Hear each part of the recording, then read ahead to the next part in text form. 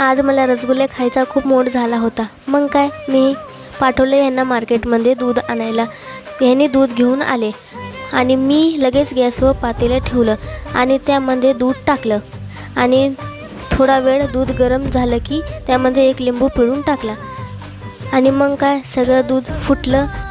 दूध फुटल्यानंतर गॅस बंद केला आणि एक सुती कपडा घेतला आणि त्यामध्ये ते पिळून काढलं आणि मग एका परातीमध्ये घेऊन नंतर छोटे छोटे गोल रसगुल्ले बनवले.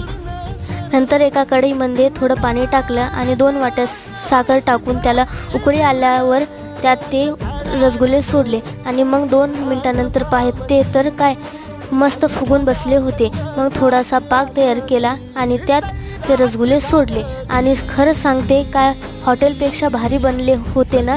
तुम्ही एकदा घरी ट्राय करा आणि हा व्हिडिओ आवडला तर लाईक करा. बाय.